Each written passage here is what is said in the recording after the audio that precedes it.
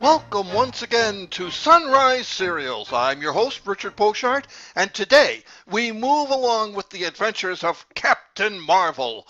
Now, in the comics, Captain Marvel vaguely resembles an adult version of Billy Batson.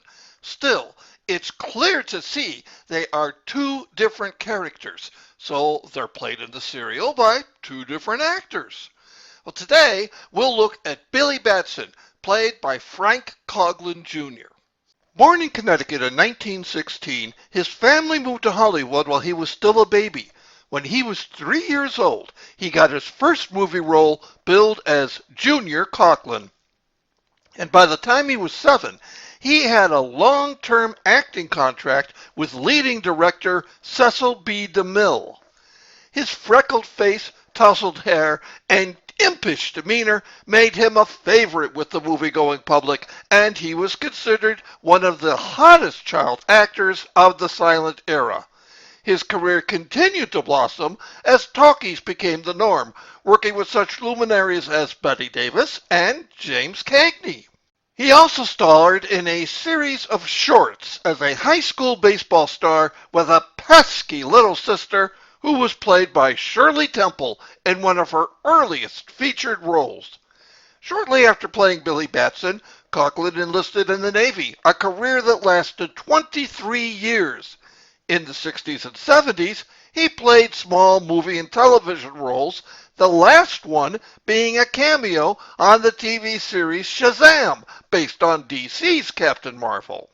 In the 80s and 90s, he was a frequent guest at Comic-Cons, where he was always touched by the sight of fans lining up to get an autograph from the original Billy Batson.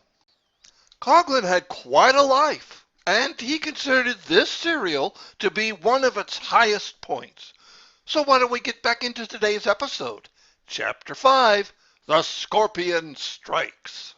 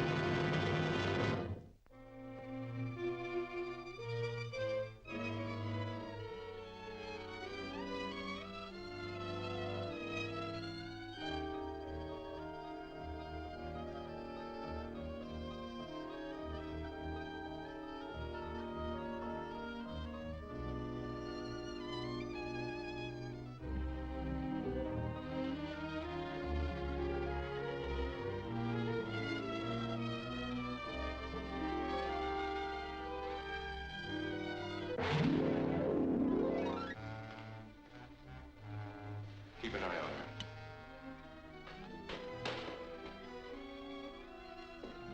Well, what do you do with her? Barnett says we got to get rid of her and make it look like an accident. Well, I've got some paint remover. Give her a whiff of that, load her in the car, and turn her loose down the ramp.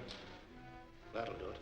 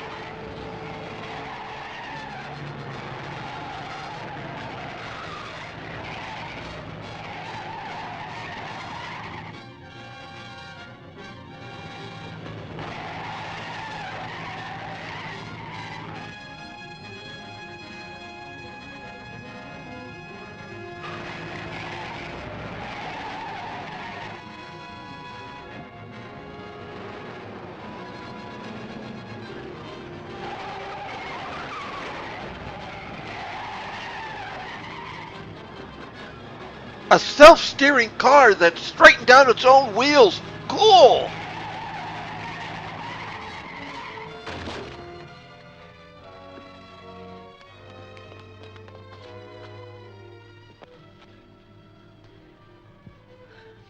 The Scorpion's men. They're up there on the top floor.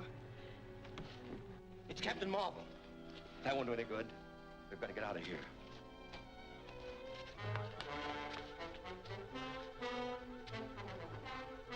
This'll fix Captain Marvel. Untie it.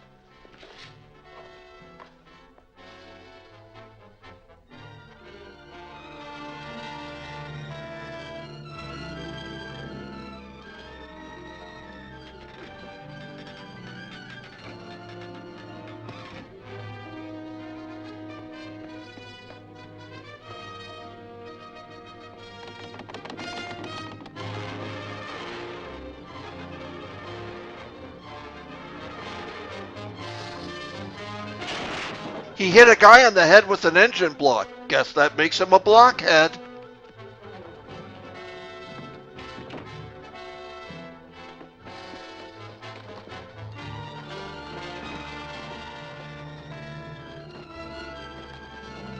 That was maybe a little too extreme there, Captain.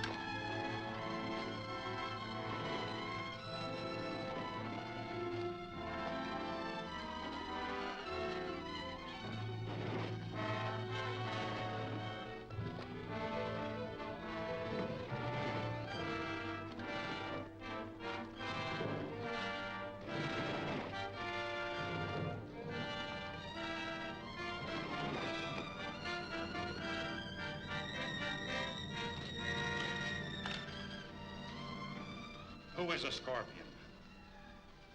Talk or I'll... Stand here and ask you again. I'll tell you anything. Well, let me loose. Well,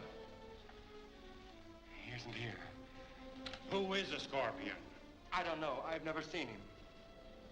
You take your orders from him, don't you? Don't you? Yes, but he always wears a mask. You've heard him talk? Yes, You could recognize his voice, couldn't you? I think so. All right, I can use you. Come on.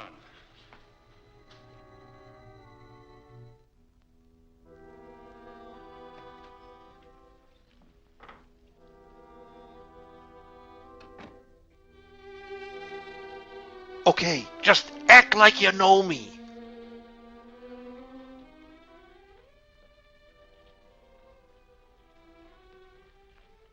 I'm sorry about interrupting the meeting, Mr. Malcolm, but I have something very important to say to you. Every time we have a meeting, the Scorpion and his men know all our plans. It does seem that way. It is that way. The last time we met, Tal Chitali showed us a miniature which he said he found. Dr. Lang said it might have come from the shop of Chan Lao in Chinatown. At Chan Lao's shop, I was attacked by the Scorpion's men, and I wouldn't be here right now if Captain Marvel hadn't rescued me. Well, all this is very disturbing, but do you think you should discuss it in the presence of an outsider? This man happens to be one of the Scorpion's men. One of you gentlemen should know him.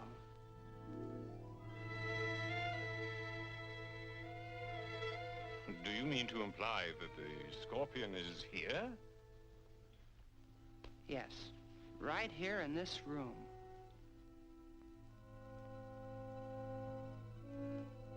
This man's only seen the Scorpion masked, but he knows his voice and he can identify it.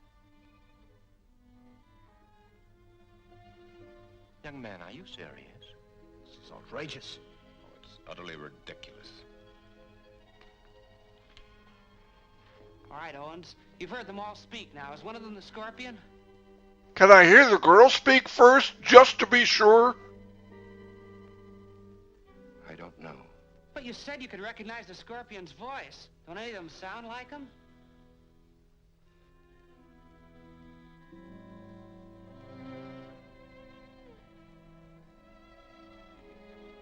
I can't. I thought I could, but I can't.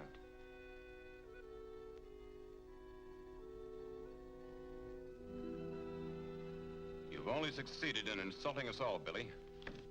And making a fool of yourself. I quite agree with you. All right, Fisher. It's all a clumsy bluff. I'm terribly sorry, Mr. Malcolm. I really thought... Don't let it bother you, Billy. Only don't be so impulsive next time. I'll see that the whole thing is smoothed over before the next meeting. Thanks, Mr. Malcolm. Go on, you.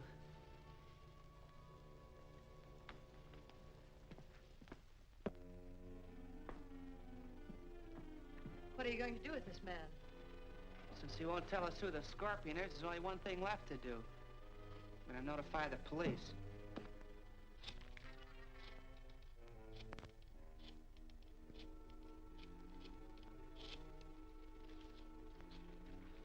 Wait a minute. Don't call the cops. I'll tell you where I saw the Scorpion. All right, I'm listening. He has a hideout in the old Harrison mine. Where is this mine? Can we get there today? Sure. It's back in the hills. I'll tell you where it is. Tell me where it is. You're going to show me where it is. Is it okay if I just point in the general Where direction? do I get some information?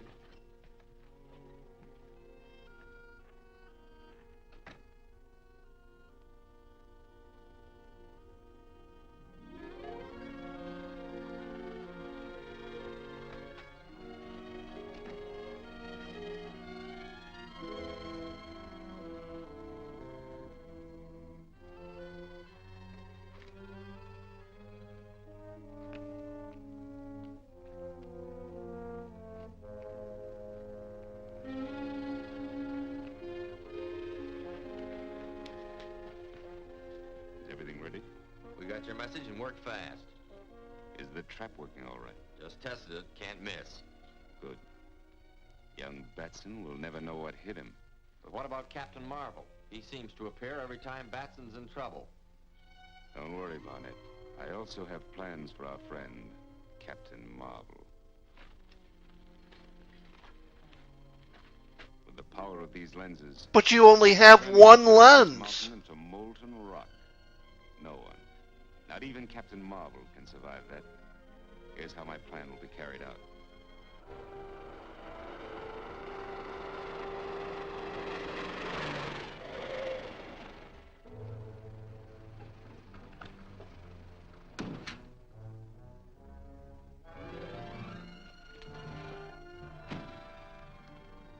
That's it over there.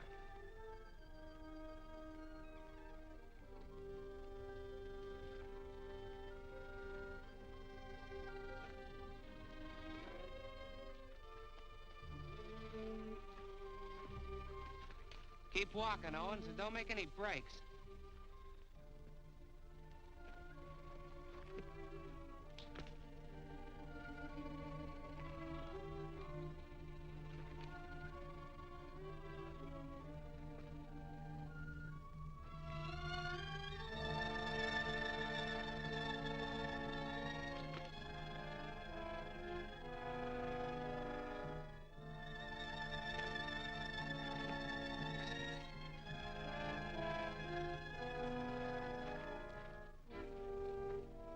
What's the matter?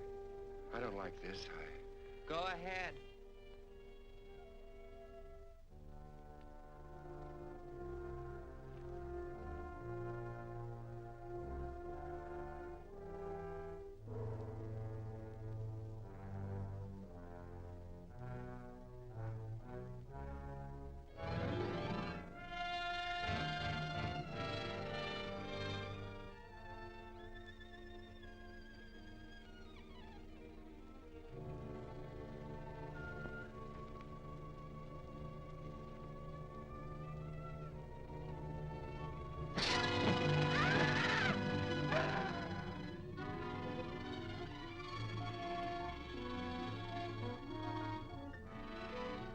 Shazam!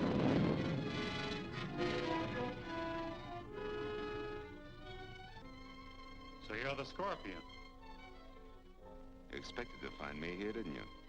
Yes, but I don't believe you expected me. On the contrary, I'm prepared to receive you properly. I waited a long time for this opportunity, and I'm going to find out who you are right now. I'm sorry to disappoint you, but you won't learn my identity now or ever.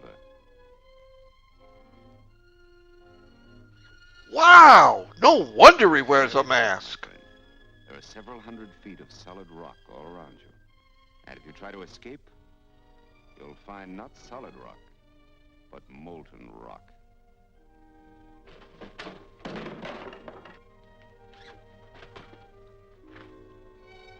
Focus the beam directly into the mouth of the tunnel.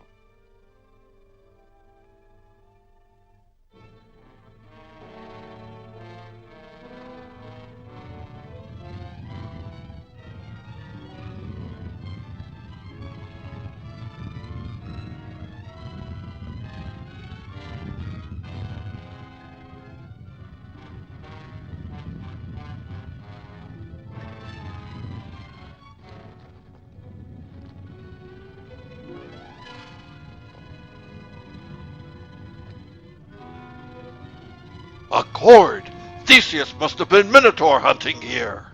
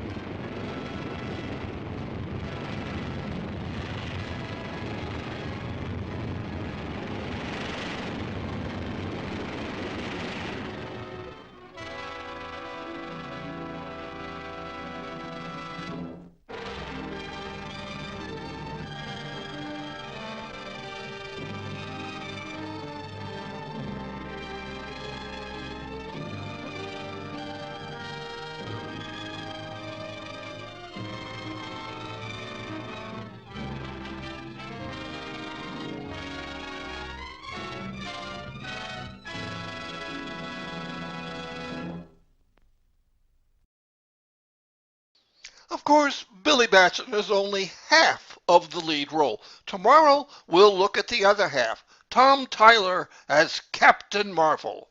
Meanwhile, let me know how I'm doing in the comments, and if you liked today's episode, give it a thumbs up. Every little bit of feedback helps. Now that he's melting a mountain, does the Scorpion really need any more lenses? Now that he's heard the Scorpion's voice, what excuse will Billy give for not being able to identify him for the next 7 episodes? Will a layer of lava make for a nice Captain Marvel statue? Be here tomorrow for Chapter 6, Lens of Death. Hope to see you then.